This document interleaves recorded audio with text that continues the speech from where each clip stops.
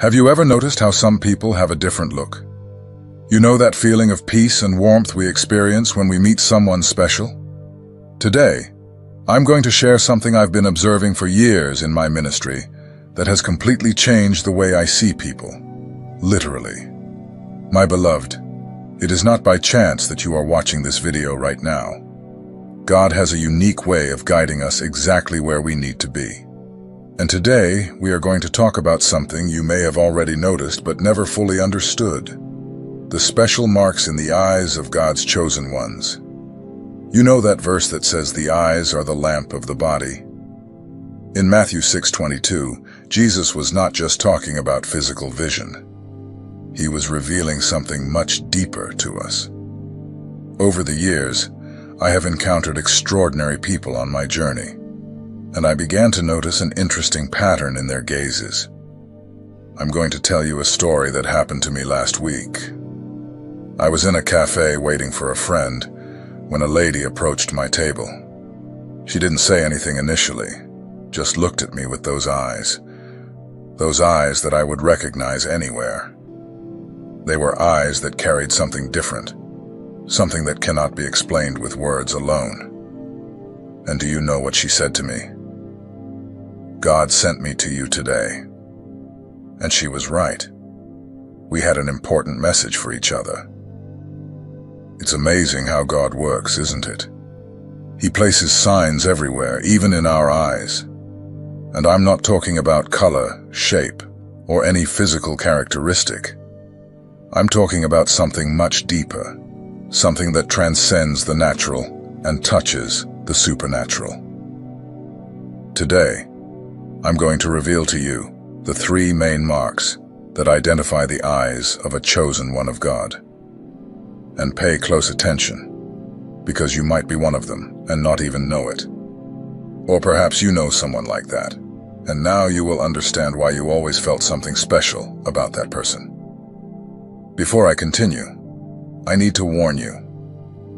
Once you know these marks, your way of looking at people will change forever. You will start to notice things that previously went unnoticed. It's as if God is giving you a new pair of spiritual glasses. And do you know what's even more impressive? These marks are not the privilege of a few. God is always calling people to His special purpose. The question is, are we attentive to recognize that calling? Are we willing to accept our mission? But before revealing these 3 extraordinary marks, I need you to do something important. If you are not yet subscribed to the channel, click the subscribe button now and activate the notification bell. Why? Because what I'm going to share next is just the beginning of a series of revelations that God has been showing me, and you won't want to miss any of them. Additionally, your subscription helps us spread this message to more people who, like you, are seeking to understand their divine calling. The first mark that identifies the eyes of a chosen one. And pay close attention, because this mark is so special that when you recognize it, you will remember specific people who crossed your path. You know those people who, even in a crowded environment, seem to shine in a different way. It's not about physical beauty, it's something deeper. It's as if they have an inner light that overflows through their eyes. This is the first mark, the unmistakable shine. Let me tell you something personal. Last week, I was at the hospital visiting a member of our church. The atmosphere was heavy, as hospitals tend to be. But there was a nurse. My brothers, what a look that was. Even wearing a mask, her eyes conveyed so much peace, so much hope. Patients commented on how they felt better just by receiving her gaze. This, my beloved, is the unmistakable shine in action. And do you know what's even more impressive? This shine does not depend on circumstances. You may have known someone who, even going through difficult times, maintains a light in their eyes that does not fade. It's like that verse in 2 Corinthians 4:6 that says, "For God, who said, 'Let light shine out of darkness,' has shone in our hearts. But be careful, do not confuse this shine with superficial joy. It's not about always smiling or pretending that everything is fine. God's chosen ones also cry. they also face battles. The difference is that even in tears, that shine remains.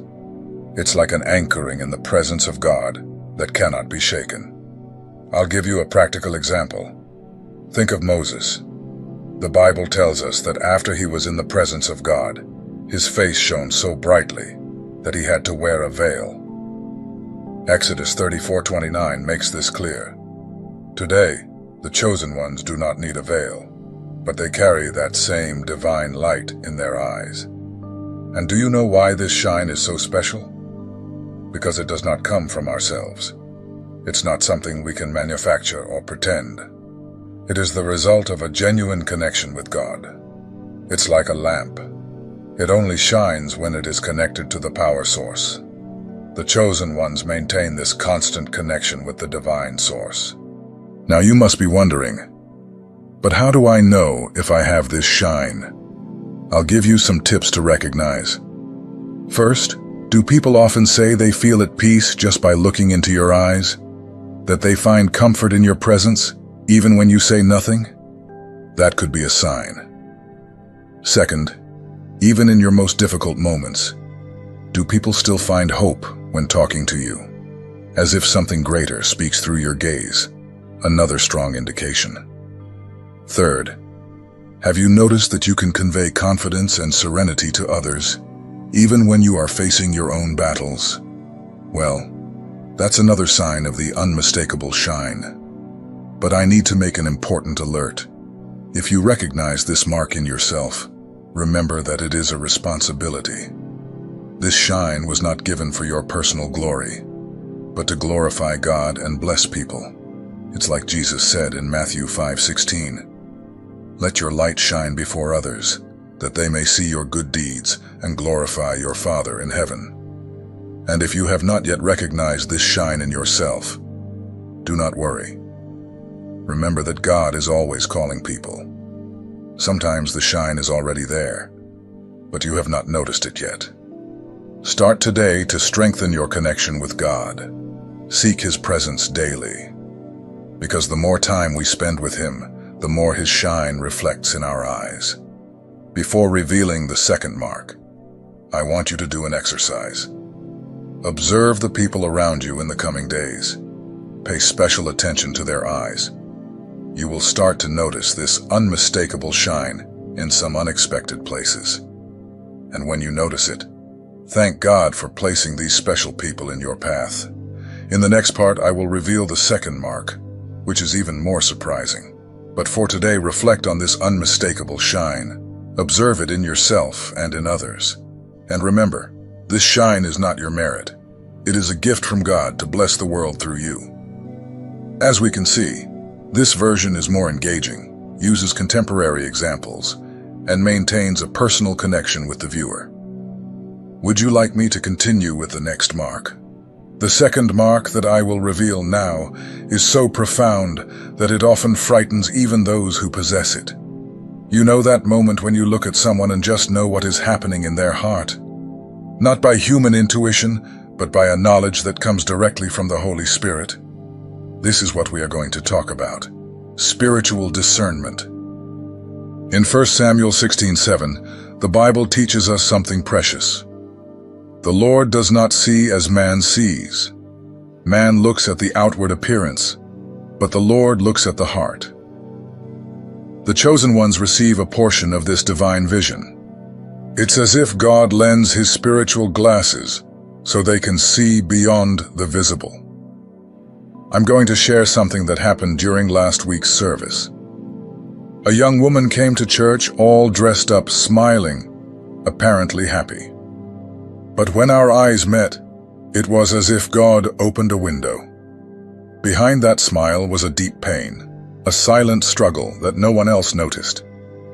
At the end of the service, she came to talk, and the first words were, "Pastor, how did you know?" I didn't tell anyone. This gift of discernment is not to make us feel special or superior. It is a tool that God gives us to serve, to help, to heal. It's like a spiritual X-ray that allows us to see where the true wound is so we can apply the right remedy. But be careful, this gift requires enormous responsibility. It is not to satisfy curiosity. It is not to expose people. It is not to judge. It is to love better, serve better, help better. Just as Jesus did with the Samaritan woman. He saw beyond what everyone else saw and used that discernment to bring liberation. You who are watching now may be wondering, do I have this mark? I will help you recognize some signs. Do people often come to you to vent, even without you asking anything? Can you perceive when someone is lying or hiding something, not out of suspicion, but from a spiritual certainty? In meetings or gatherings, do you often notice tensions or conflicts that others do not? Do strangers feel comfortable sharing their deepest secrets with you? Can you discern the root of a problem even when everyone is focused only on the symptoms? If you identified with some of these signs, it may be that God has given you this gift of discernment. But remember, with great gifts come great responsibilities. I'll give you a practical example. Imagine you are at a family gathering. Everyone is laughing and talking, but you notice that your aunt has a different look. Something is not right. This gift is not for you to announce, "Hey, something is wrong with Aunt." It is for you to pray for her, to approach her wisely, to offer a shoulder to lean on when the right moment comes. And do you know what's even more impressive? This spiritual discernment comes with a supernatural compassion. It's not just seeing the problem, it's feeling what the other is feeling. It's like Jesus, who, when he saw the crowds, had compassion for them. But I need to make an important alert. This gift needs to be developed and protected. How?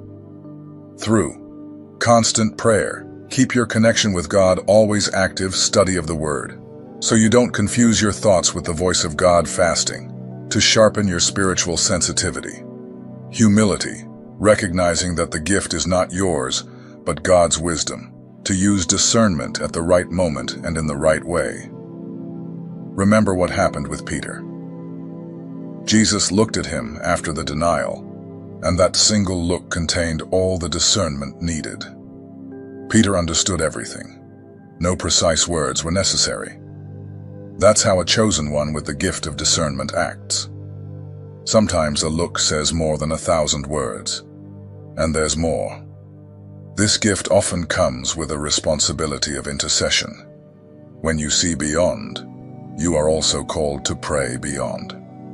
Many times, you will notice things that you cannot share with anyone. They are between you and God, so you can intercede for that situation or person. Now, if you are feeling a weight for recognizing this gift in yourself, I want to reassure you. God never gives a gift without also giving the grace to manage it. He will teach you day by day how to use this discernment to bless lives. And if you have not yet recognized this gift in yourself, but wish to develop it, start seeking more intimacy with God. Because the closer we are to Him, the more we can see as He sees, feel as He feels. In the next part, we will talk about the third mark, which completes this extraordinary trio of characteristics of the chosen ones. But before we continue, take a moment to reflect. How have you used your ability to see beyond? Are you using it to build up or to judge, to heal or to hurt, to unite or to separate?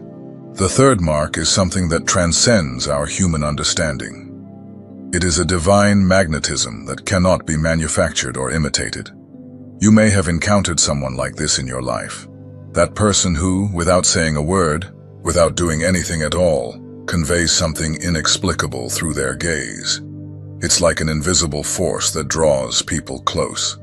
Not for physical beauty, not for natural charisma, but for something much deeper, the living presence of God overflowing through their eyes.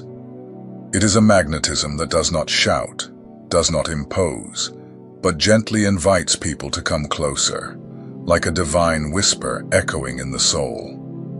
Allow me to share something I witnessed the other day in the hospital. There was an elderly man hospitalized in a terminal state. He was extremely agitated, nervous, to the point of tearing off the medical equipment. The doctors had tried everything: medications, restraints, conversations. Nothing worked. That's when a nurse entered the room. She was not the most experienced, nor the most technically qualified, but there was something in her gaze. She simply held that man's hand, looked into his eyes, and within minutes, he was at peace. The doctors did not understand what happened, but we know. It was the divine magnetism in action. This magnetism is like a gentle perfume that does not need to be announced. Its fragrance naturally spreads and attracts.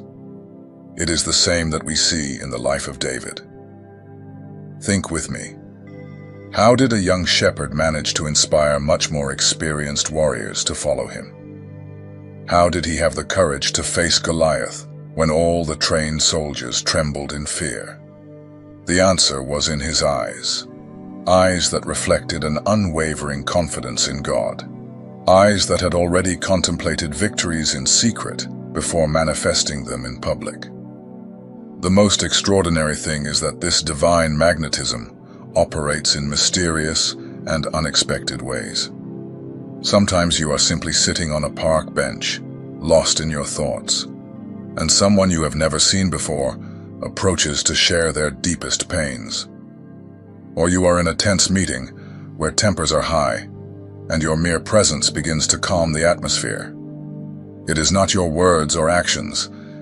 It is something that flows naturally through your gaze, like a river of peace overflowing from within. This gift has a greater purpose that goes beyond simply attracting people. It draws them closer to God. It is as if the chosen ones are living bridges between heaven and earth, channels through which the divine presence flows freely. When someone looks into the eyes of a chosen one, it is as if they can glimpse a piece of heaven, feel a touch of the divine, experience a moment of eternity in time. The divine magnetism does not seek the spotlight or applause. In fact, many who have this gift do not even realize they possess it. They are people who naturally draw others close, who convey peace effortlessly, who inspire confidence without needing to prove anything. It is a gift that operates in simplicity, humility, and silence, because true spiritual authority does not need to be announced. It is naturally recognized. It is amazing how this magnetism crosses all barriers: cultural, social, age, linguistic. Children instinctively feel safe near these people, as if they recognize something familiar and welcoming in them. The elderly find comfort and wisdom. Young people find direction and purpose. It is universal because it comes from God, and the love of God knows no borders or limitations. But there is a sacred responsibility that accompanies this gift.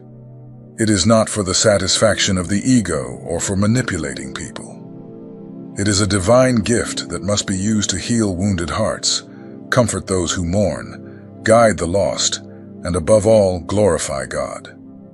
The chosen ones are like lighthouses on a dark night. Their light does not shine for themselves, but to guide others to the safe harbor. The most beautiful thing is that this magnetism does not diminish with time or adverse circumstances. On the contrary, the more trials a person faces, the more refined this gift becomes. It is like a precious wine that improves with age, because it is nourished not by human strength, but by the divine grace that is perfected in our weakness. Perhaps you are recognizing this mark in yourself now. Perhaps you are remembering people in your life who have this extraordinary gift.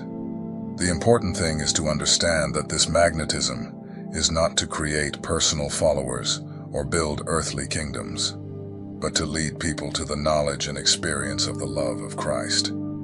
It is a gift that operates in humility, sacrificial love, and the unchanging truth of the Word. And do you know what is even more impressive? This divine magnetism does not need elaborate words to operate. It is like that deeply significant moment when Jesus looked at Peter after his denial. A single look that contained all the love, all the correction, and all the forgiveness needed. Peter understood everything in that instant, not because Jesus delivered a sermon, but because his eyes conveyed the very essence of divine love, a love that restores, that forgives, that transforms. It is important to understand that these marks are not a burden, but an honor. When God chooses to mark someone's eyes, he is not imposing a weight. He is conferring spiritual authority. It is like receiving a royal seal that grants access to deeper spiritual dimensions. Think of Moses, whose face shone after being in the presence of God. That shine was not just a physical phenomenon. It was a visible sign of his communion with the divine. Today, the chosen ones carry something similar in their eyes. It is not a physical shine so intense that it needs to be covered, but it is equally powerful in its spiritual impact. And do you know what is even more impressive? God continues to mark people today. While you watch this video, somewhere in the world, someone is receiving these divine marks. Because God never leaves his people without references, without guides, without lighthouses. Finally, understand that these marks in the eyes are part of a greater plan of God for the last days. In an era of virtual reality, social networks, and artificial connections, God has established a way of connection that cannot be faked or digitized. The real encounter between eyes marked by his presence and hearts thirsty for his truth. So the next time you meet someone with these marks in their eyes, remember, you are not just seeing a person, you are witnessing a living manifestation of the love and presence of God on earth. And if you yourself carry these marks, remember the sacred responsibility that this represents. Your eyes are no longer just yours. They are divine instruments of transformation, healing, and liberation. We have reached the most important moment of this revelation: how to actively use these divine marks in fulfilling your purpose. It is not enough to recognize that you are chosen. You must understand how to use this extraordinary gift that God has entrusted to you. When God marks your eyes, he is giving you a sacred tool. It is like receiving a key that opens spiritual doors, not just for you, but for all who cross your path.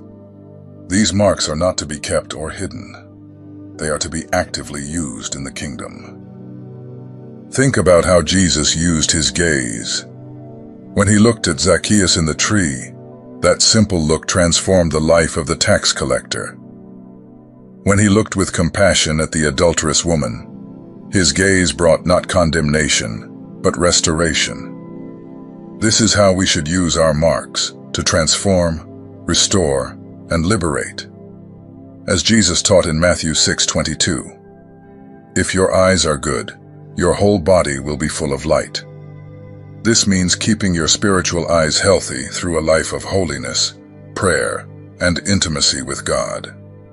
You must daily nourish this divine connection that makes your eyes shine. You who recognize these marks in yourself need to understand that every encounter is a divine opportunity. When someone seeks your gaze, when they feel that special connection, do not hesitate. Allow God to use your eyes as channels of his grace. Sometimes, all a person needs is to find a gaze that conveys hope, that communicates, God has not abandoned you. For those who are just discovering that they are chosen, do not be afraid of this responsibility. God does not make mistakes in his choices. If he has marked your eyes, it is because he trusts you to carry his presence. Declare with faith, I am chosen, not by your merits, but by the divine grace that chose you even before your birth. Use your marks wisely. Not everyone is prepared for a direct encounter with eyes that reflect the presence of God. Learn to discern the moments, the people, and the situations. Sometimes, a softer gaze is necessary. Other times, the full intensity of the divine gaze is needed to break spiritual chains. These marks are not for your personal glory. They are divine instruments to fulfill God's purpose on earth. Use them to build bridges, not walls. To unite, not divide.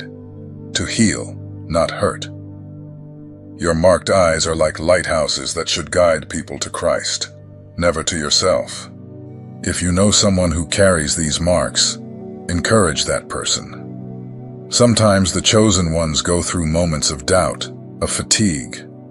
A word of recognition, a testimony of the impact their eyes have had on your life, can be exactly what they need to continue their mission. And remember, these marks require constant spiritual maintenance. Like a diamond that needs to be polished to shine in all its splendor, your spiritual eyes need to be constantly purified and aligned with a divine purpose. This means dedicating time to prayer, fasting, studying the Word, and above all, intimacy with God. Do not allow the distractions of the world to cloud your spiritual sight. We live in an era of many visual stimuli, of many images that can contaminate our spiritual vision. Guard your eyes. Protect them from what does not edify. Keep them focused on what is holy, pure, and pleasing to God. Your eyes are more than windows to the soul. They are portals of heaven on earth. Use them well. Use them with love. Use them with purpose. Because through them, God wants to touch, heal, and transform lives. And always remember, you were not marked by chance. You were chosen for such a time as this. Now, I want to hear your experience. Share in the comments if you recognize these marks in your eyes or in the eyes of someone close to you. Your testimony can be the light that another chosen one needs to awaken to their divine calling. Let's together reveal the transforming power of eyes marked by God.